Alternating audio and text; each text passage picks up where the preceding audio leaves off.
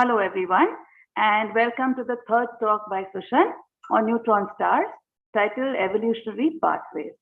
So over to you, Sushan. Yeah. Hello, good day to everyone. But we have to finish what we have started. So we will talk about neutron stars some more, but I promise to keep it shorter today and give you an idea about the projects that we can take forward from here. So before yesterday, as I said, that the interest in the field of neutron stars has moved towards long period neutron stars, in particular to magnetars. And before we go on to understand how the magnetar evolution is interesting at this point of time, we have to look at the overall evolutionary pathway of the neutron stars. So that's what we'll do today. And it's not.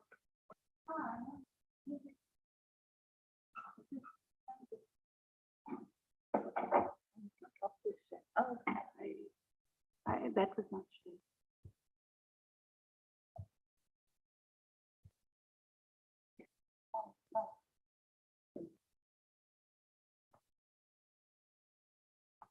It's not moving. Okay. All right. Now it's up. Okay. So this is again, if you are in the field of neutron stars, the plot that is being thrown at you again and again and again is this plot which has spin period in the x-axis and magnetic field on the y-axis. So here, this is a plot that you have been seeing in different avatars plotted according to the taste of whoever is plotting. So this is what you have seen, and you see this is the region where most of the neutron stars that you know of are sitting, and most of them are isolated, or even if they are, some of them are in binary, but there is no active binary activity. When I say that there is no active process going on, it means that the binary companion is not transferring any material to the neutron star. So except for having a companion, the neutron star is kind of on its own, isolated. So, these pulsars, as you know, the energy comes from the rotational power. So, and because that energy is going away as radiation, it will slow down. So therefore, what happens is they are slowing down. This arrow is not quite correct because the pulsars do not really move downward. They actually go horizontally. So they're just slowing down, and most likely nothing much is happening to the magnetic field. See, the arrow downwards would tell you that the magnetic field is decreasing, but the magnetic field does not decrease unless the binary accretion is turned off. So as such, what these pulsars are doing are they are just moving horizontally towards the right to me. And therefore, what happens is there is this death line that I have talked about earlier.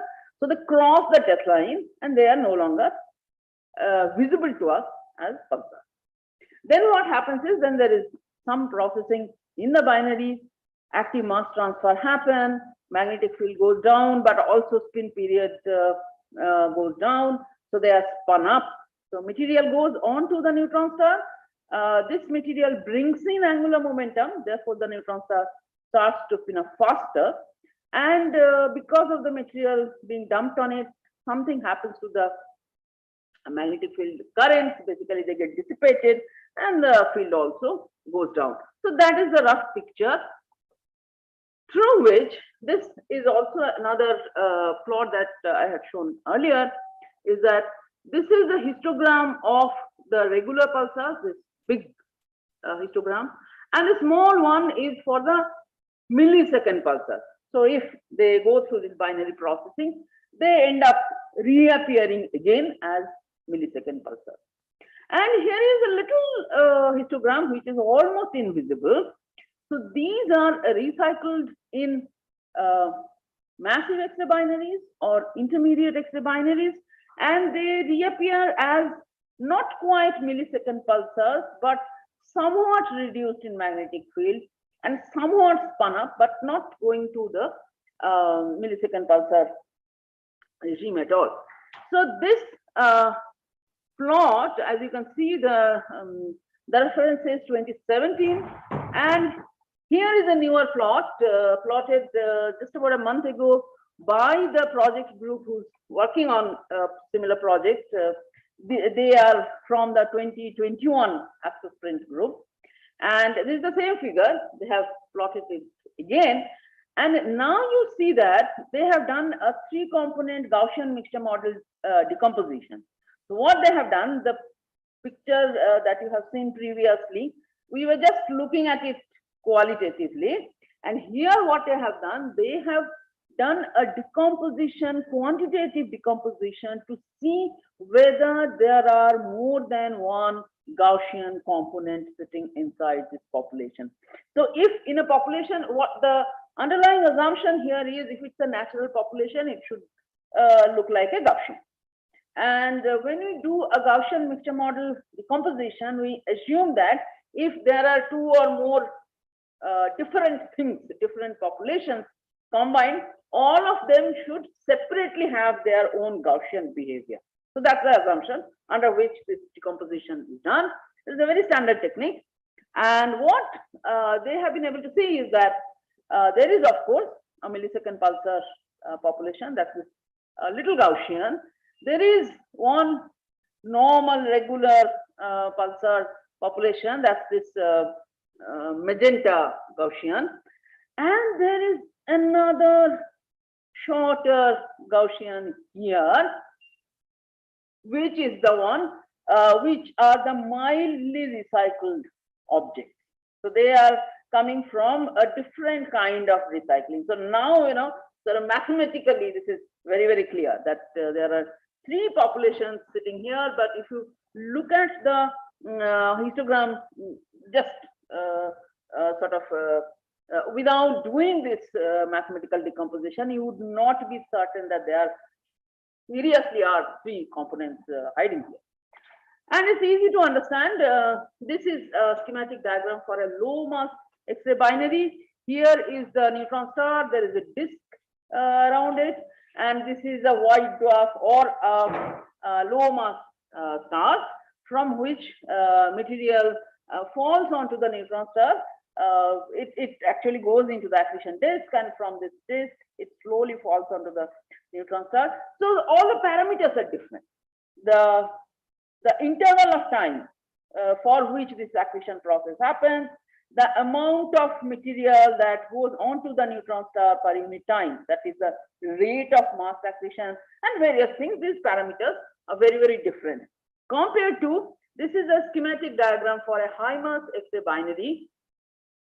Please remember, when we say low mass or high mass, this refers to the mass of the binary companion, not of the neutron star. Neutron stars all have very similar mass, as you know. So here you see that there still is an accretion disk. There may or may not be an accretion disk, but the size of the neutron star and the accretion disk is tiny compared to the size of the companion star. So the dimensions are completely different. And in this case, again, the time interval of the accretion process happening, the rate of mass transfers, all these are different. So because of this difference in the low mass X-ray binaries and high mass X-ray binaries, the end product that we see as a recycled neutron star, they have different kind of spin period and different kind of final magnetic field. So this is something that we understand very well. You know, people have been modeling this for years and years, and we clearly understand how this recycling process happens and what are the end products and how the evolution is driven if a neutron star has a binary companion. So this is a rough summary of the system. Can I remove this panel? At least make it smaller or something. So, yeah, that is going to be easier.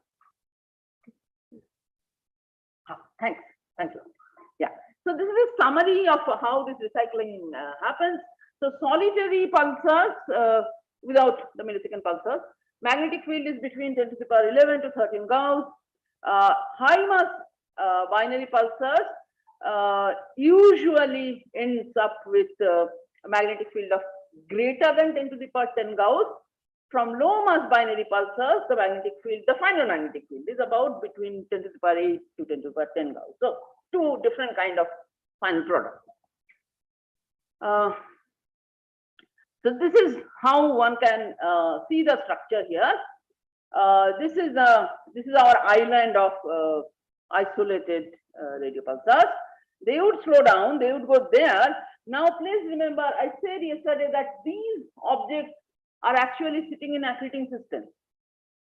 As radio pulsars, we would not be able to see them. They are far beyond the deadline.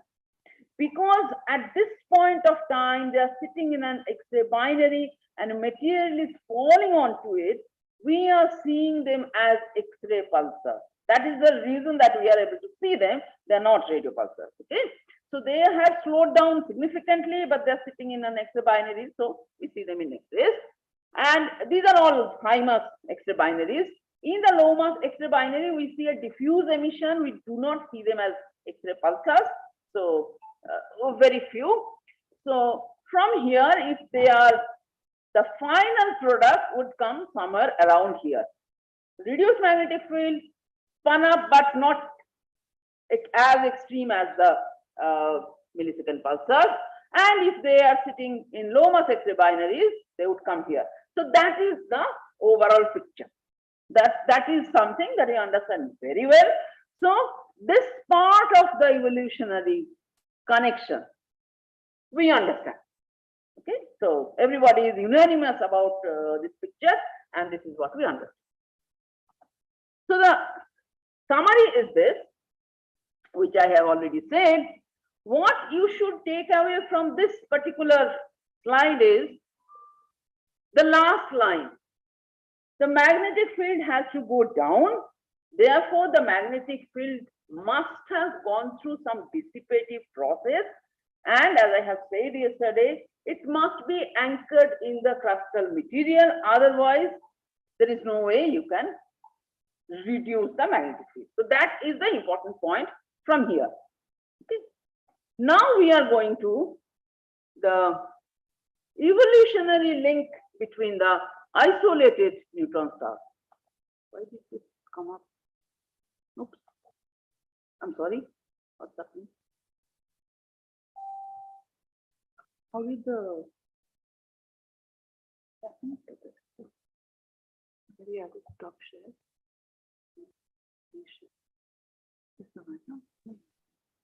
Because you want to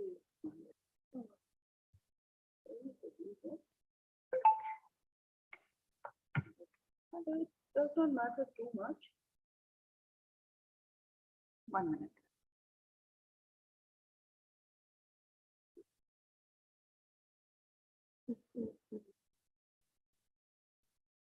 Okay, we are going at 11. Control L. Sorry, control L.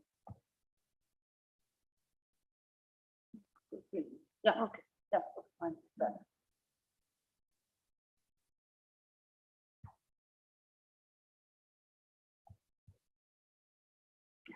Okay. This panel is not good. This one we can't rent. Oh, okay. Okay. We just have to dump it. Oh, okay. But we can't rent it. Okay. That's it. No, that's it. So let's go back where we were. Okay. Here. So we have talked about what happens when the neutron star has a binary companion, but now we actually want to understand the top part of our magnetic field spin period diagram, and there the neutron stars are isolated. So we want to know the evolution of isolated pulsars.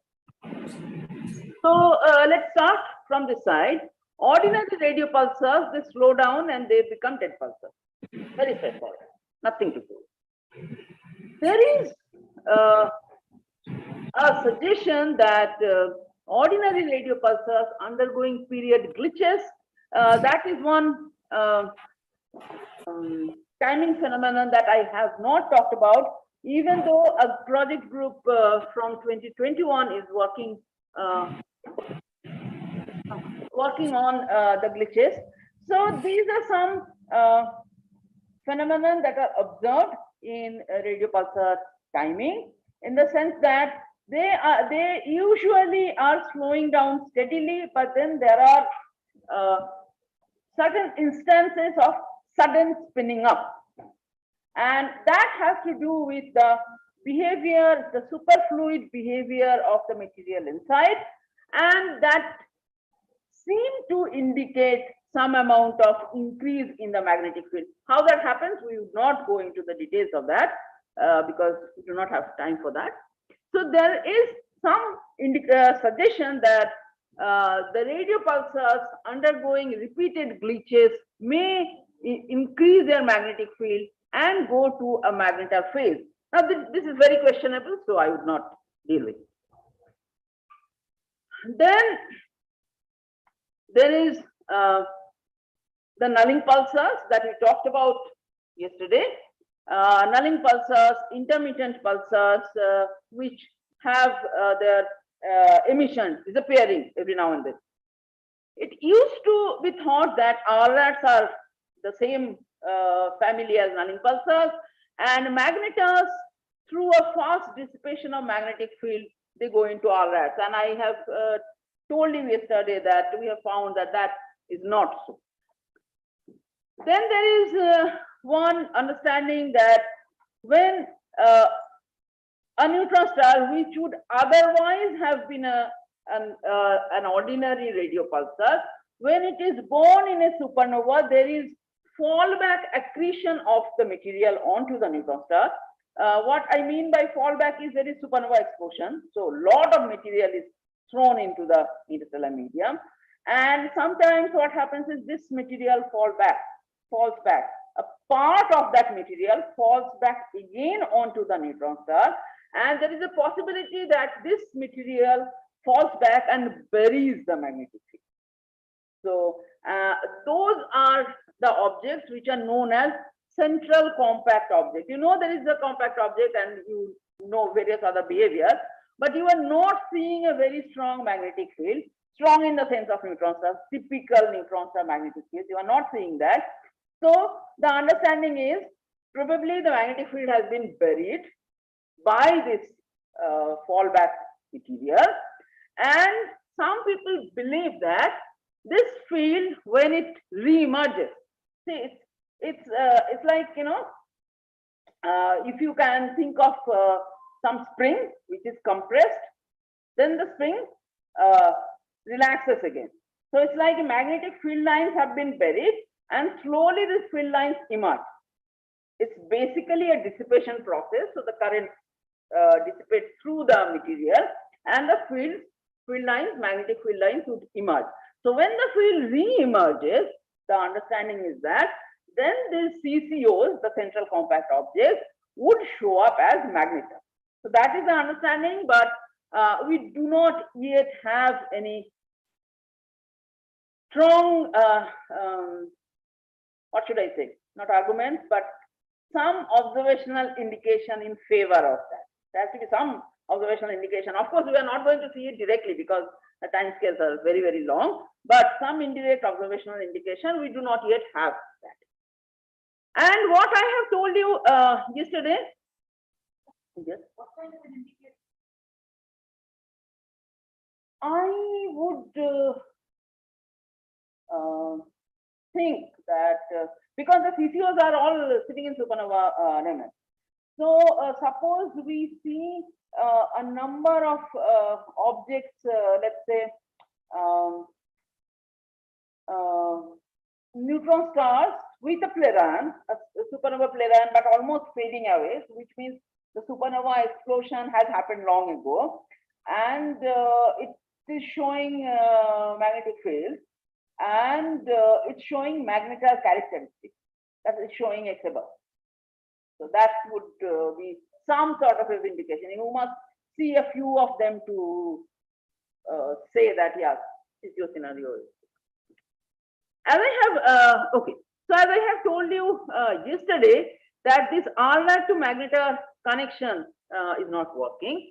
And I have also told you yesterday that we now, theoretical calculations are telling us that the magnetars should be connected to the X-ray dim isolated neutron stars, which are known as X-DINs, all sorts of things. And I have also told you yesterday that it appears that ordinary radio pulsars with much stronger magnetic field would probably decay into RLAC. So this is roughly the understanding, but as you can see that lots of questions and lot of not very certain suggestions. Okay, so a lot of suggestions, but they have not been proved or disproved either way, and a lot of questions that we haven't been able to answer. Okay, so then we are finally getting down to the magnetar question. So before we go to the magnetar question, a quick recap of the internal structure of the neutron star. As you know, there is this crust, an outer crust of lower densities, then an inner crust. So both outer crust and inner crust are basically metallic in nature. As I have said, there are finer details which differentiate these two regions, but I will not go into the details. People who are interested, please go to the older years of 2020 and 2021 lectures where I have discussed these issues in detail. Today I will not. And then there is core region in which there is neutron superfluidity, proton superconductivity, and there is an even, interior core where probably exotic particles are there. So but let's not get into the details. So basically we have a core region where there is superfluid species, and we have a crustal region where the behavior is metallic. So the magnetic field, the internal configuration of the magnetic field, because we are talking about strong fields and dissipation, so we have to understand how it looks like in the interior. Let us assume that it's a purely dipolar field, no complications. So therefore, this is how it should look like. This circle here is the radial boundary of the neutron star. So this region is interior to the neutron star, and that's the region outside of the neutron star. Now this is a very simple situation. Had life been this simple, we wouldn't have had much to do, and most of us would be out of our jobs. But the problem is, if you cannot really have a pure dipole like this in the interior of the neutron star. Why? Because before the neutron star solidifies, the crustal region solidifies and settles down, when it is just born and the material is all liquid, the field has nothing to stabilize onto. So it will turn over and will dissipate very quickly. So what happens is a pure poloidal field, dipole or a higher multipole, doesn't matter. A pure poloidal field cannot be stabilized without anything to latch onto. Either it is stuck to a solid material, or it must have something else. Now, in the early phase of neutron star, you do not have the solid crust to anchor it into. So what you have is toroidal fields. Toroidal fields would not be seen outside, but there must be strong toroidal fields to anchor this field.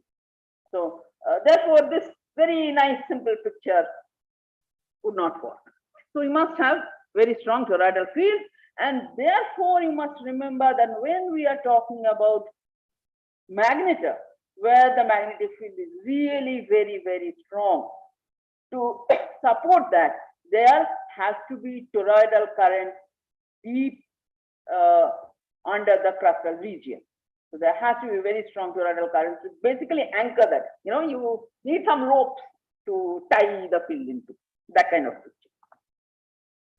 This is another way of looking at magnetic field, and this is something that was suggested by the Russian group and the German group, Ulrich Gepard being one of the scholars of this, I think early 80s, mid 80s, and the work that we did for my thesis and so on, we assumed a field like this, that we do not care what is there in the interior region of the neutron star, because in any case that is not going to be dissipated, nothing. So what we consider is a field which is purely anchored in the crustal region. So outside you see a dipolar configuration, but it is only anchored in the crustal region. So it has to be very peculiar kind of structure inside. So this is the peculiar structure. You see, this is the interior of the neutron star. There is nothing there, or there, if there is, we are not worrying about it.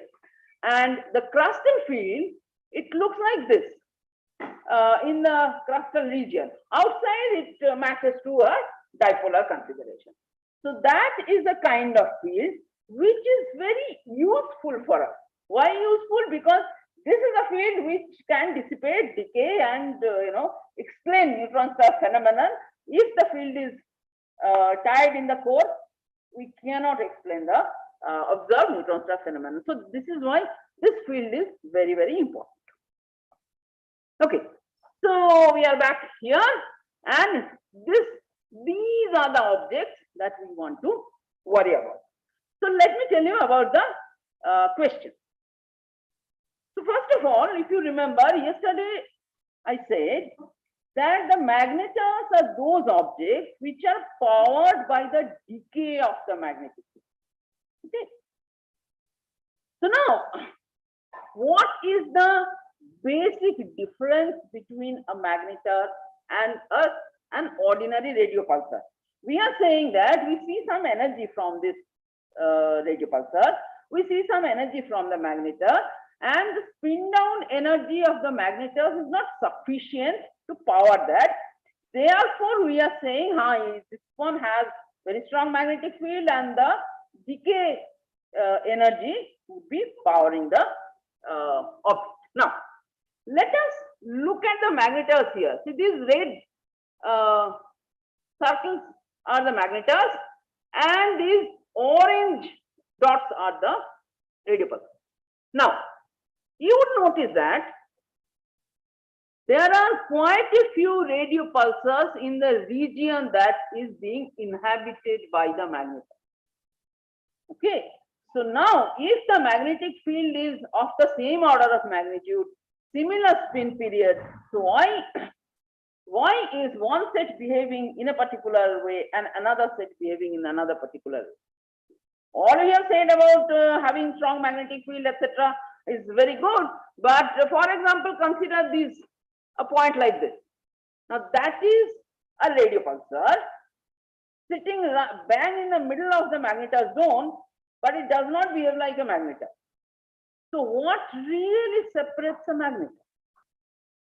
Strong magnetic field is not an argument, because there are objects have similar magnetic fields which are happy being radio pulsars.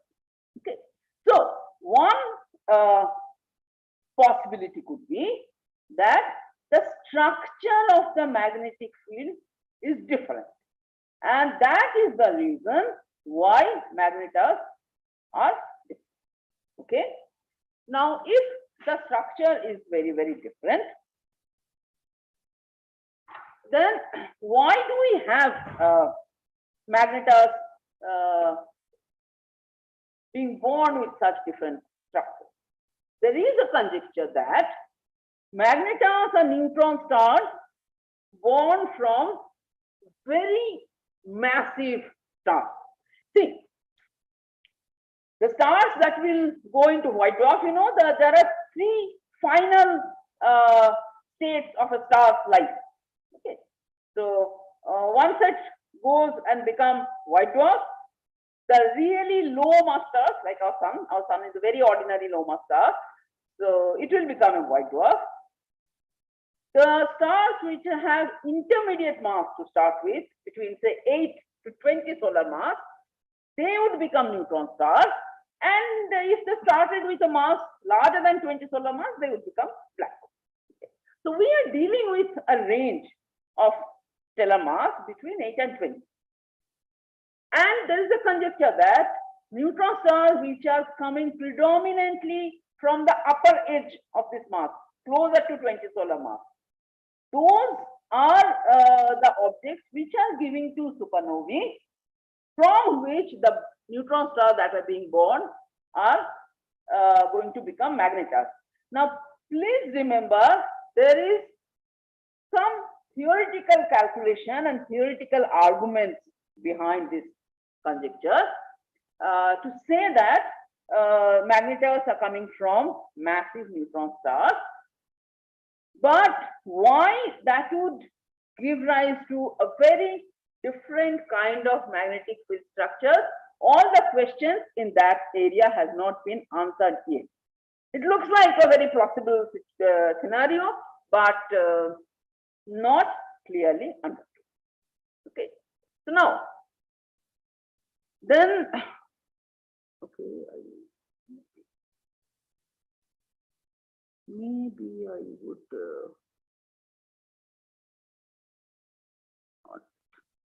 So that is one of the main questions of magnetars. Also, are magnetars and radio pulsars the only classes, only distinct classes that we are dealing with in this region? Now, here is a plot. This is not really the final plot. This has been created by 2021 ASUSprint project group, one of the project groups. And what you see here is, this is a blind two-dimensional Gaussian mixture model decomposition. So what it is, we don't know whether these are neutron stars or magnetars or whatever. We just take the data of the magnetic field and spin period. We don't even care whether it is these values correspond to magnetic field or whether these values correspond to spin period. So, you know, XY array. So they have a data set which has X values and Y values, and then they did a statistical Gaussian mixture model analysis, and these are the classes that they have come up with. The reason I show you this is, I do not have the other picture, the later picture that they created, which deals only with the top part of this plot. I was searching for it, I couldn't find it.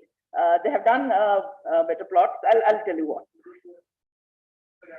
Only 2 parameters and nothing else. This is sort of the 0th order without any fine tuning yet. Can you do your Gaussian mixture? How do you know how many Gaussian? No, okay. So what you do is the program starts fitting with 1, 2, 3, 4, 5, and so on, and then it does a calculation to see what minimizes the residual. So you almost like it. This is on R.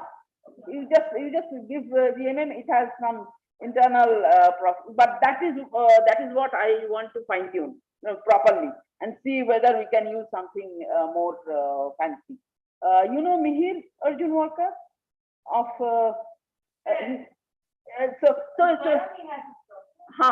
yeah. So I did some work with Mihir where he used a finer, more sophisticated process to calculate the residual. And so maybe finally we would go to that, but not as yet. We just so this is just actually sorry. This plot was, if I remember correctly, in the same group, somebody created throwing the data at R, and somebody did it on Python, but they converged. So I have taken one of the plots that produced. So what we are seeing is, even if you do blindly, you see that here are the millisecond pulsars, and without even going into the physics of low mass X-ray binaries, high mass X-ray binaries, and what happens in them, you clearly have 2 separate groups coming from the low mass X-ray binaries and high mass X-ray binaries. So one could actually do it the other way around. You look at this and then you try to interpret what is happening. But of course, science always goes in whichever direction. So then what you see is, then you have all these classes. They roughly correspond to various observational classes that we see. What I want to impress upon you, this is not present in this particular plot, is that they have done a Gaussian mixture model decomposition for only the top part of this plot. That is the plot that I couldn't find. And they have shown that some more classes emerge in this region, not only magnetars and radio pulsar.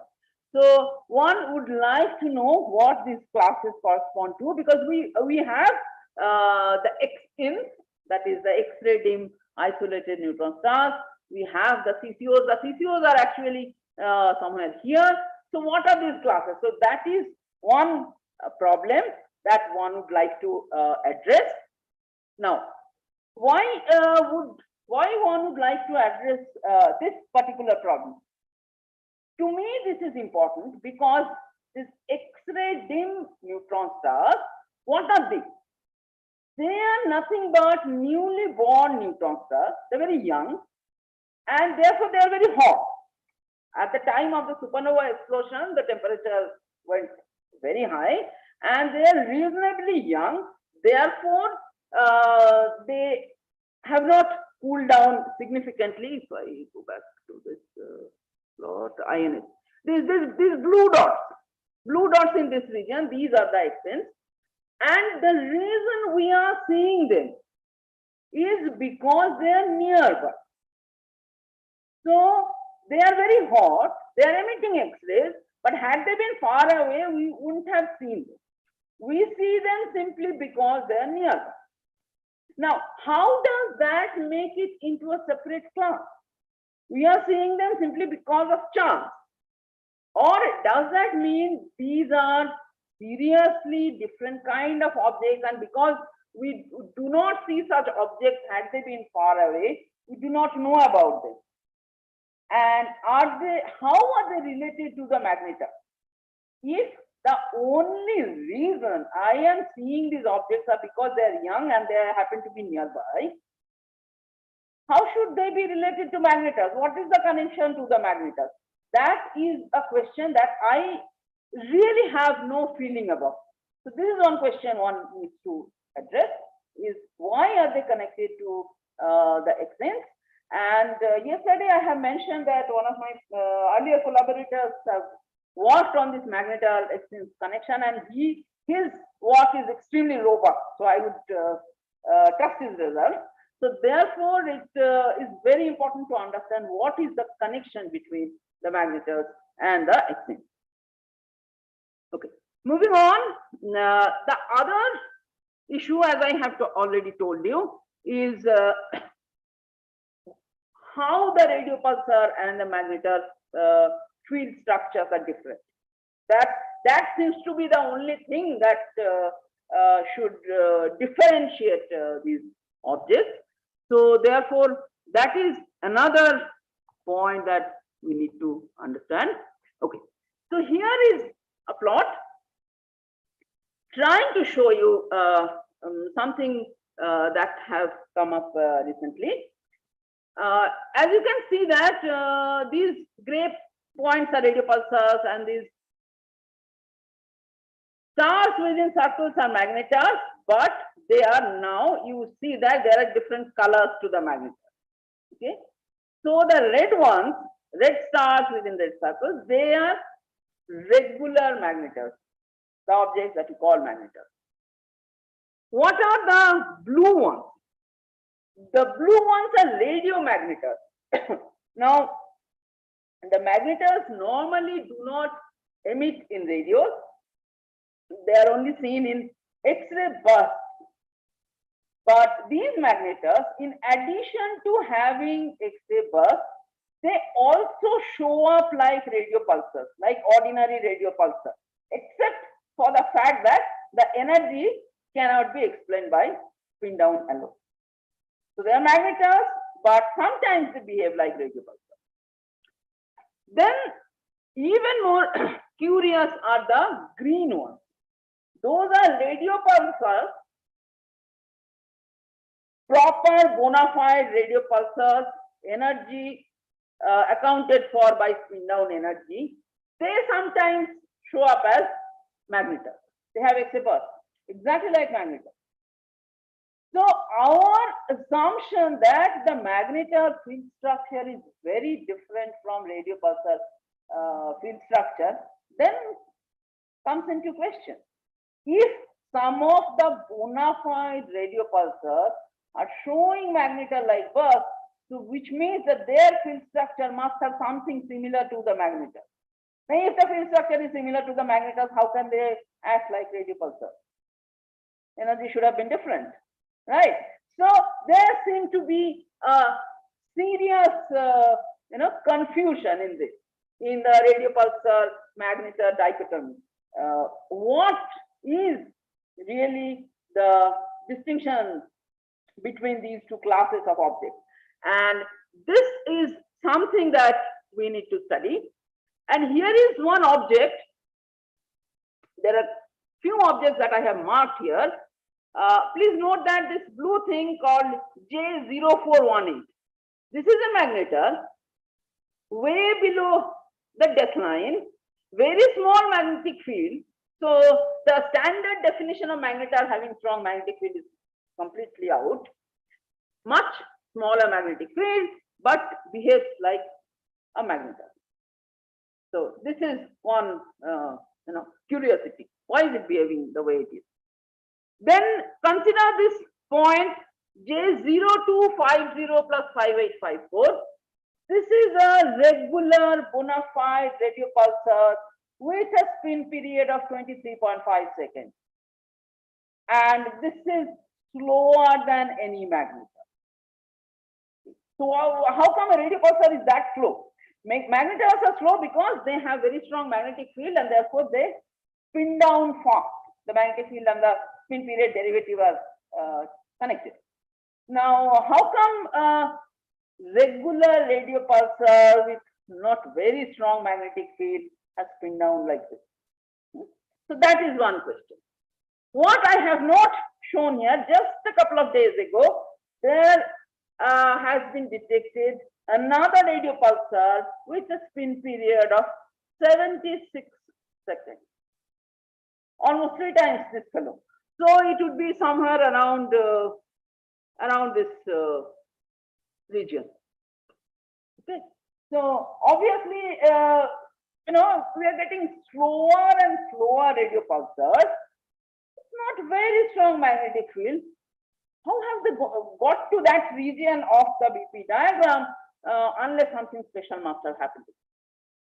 And then there is this fellow, I have only written gleam X. This is gleam X and then a string of numbers, which I cannot remember. So this is a radio transient, like a nulling pulsar, with a spin period of 1000 seconds. So this is way there. And if you take the spin period and the measured spin period derivative, the magnetic field happens to come around 10 to the power 16 Gauss. I have seen all the papers that have come out. Everybody has quoted P and P dot. No, nobody had the courage to write down B, the derived B, because that goes into 10 to the power 16 Gauss, and this is absolutely crazy. Okay, so do we understand these objects?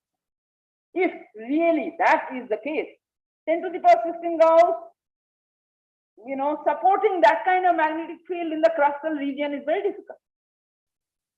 If it is in the core region, then the magnetic field is not decaying. So then what is your energy source? How is this fellow even functioning? All right. So these are the questions that one really needs to answer. Of course, no one person or no one group can answer all the questions. So I have made a list of a few questions, parts of which we can try to address. Here are the questions, and of course, we would not try to address any of these questions, not all of these questions. I would send Professor Priya Hassan a small subset of these questions with appropriate abstracts for you to choose from. So these are the basically questions. Why magnetars? Why are they behaving the way they do? Strong magnetic field or different in field structure? Are magnetars born differently? Okay, one thing that I have not talked about, how do millisecond magnetars slow down? Now people are saying that the magnetars are originally born with millisecond spin period. And various processes happen by which they slow down. And I do not agree with all the theories that are there. Doing some calculation, let's see where it takes me. What about radio pulsars with strong field? Now, this is one project that the 2020 batch is still completing, and they have been able to show that the statistically, as far as population goes, the strong magnetic field radio pulsar, strong in the sense of magnetic field larger than 10^13 Gauss, that population is not commensurate with the magnetar population. That's completely different population that they have shown, and there's been a little more to wrap up the paper. We do not know why do some radio pulsars behave like magnetars, how to explain the ultra slow pulsars, what is the connection with X-rays, and what is the connection with CCS. So these are the questions one needs to look at, and we would try to look at a small subset of these questions. Thank you. Before I finish, here is an advertisement for young people, people who would like to learn astrophysics from absolute basics. This is a lecture course given by Professor G. Srinivasan. He is a Pulsar Neutron Star physicist, has retired from RRI almost 20 years ago. So he is in his 80s, and his dedication to the field and his commitment to serve the younger generation is beyond words. So he is giving one lecture every Friday. I mean, we are releasing the lectures, one lecture every Friday. I think this week the 5th lecture has been released. So they are all available on the YouTube channel of Astronomical Society of India. And his lecture, I am producing some supplementary material for each lecture in the form of reference books, what else you can read, some questions, and so on. And if you are really interested in learning astrophysics, please listen to him. This is my personal opinion, at least at this point of time in India, there is no better teacher on astrophysics than Srini. And also, I would like to mention that we'd be very happy to address questions, queries about his lectures. You can either send an email to me. We would, if you really want to address, want your questions to go to Srini, we'll make sure that they go to Srini. And he would also be very happy to answer directly to the questions. So this is my advertisement for this excellent series of lectures, which is part of the Golden Jubilee celebration of Astronomical Society of India. Thank you very much.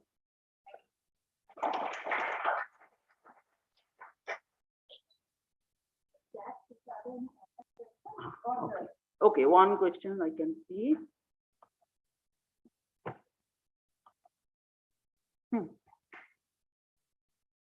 No. You may have misunderstood something I have said. There is no connection between decreasing mass and increasing mass. Okay, I understand. You are talking about an accreting system, probably. Why magnetic field should decrease as mass increases? It's not a question of increasing mass. The increase in mass is minuscule. What happens is, in an accreting system, because the material is falling in and X-rays is being generated, the crustal region is heated up. That heat basically kills the magnetic field. It's simple ohmic dissipation, nothing else.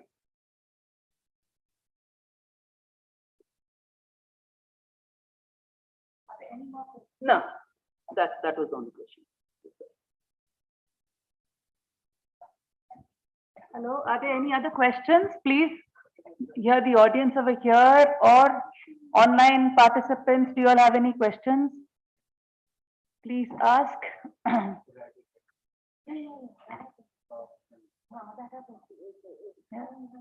So, are there any more questions or can we proceed?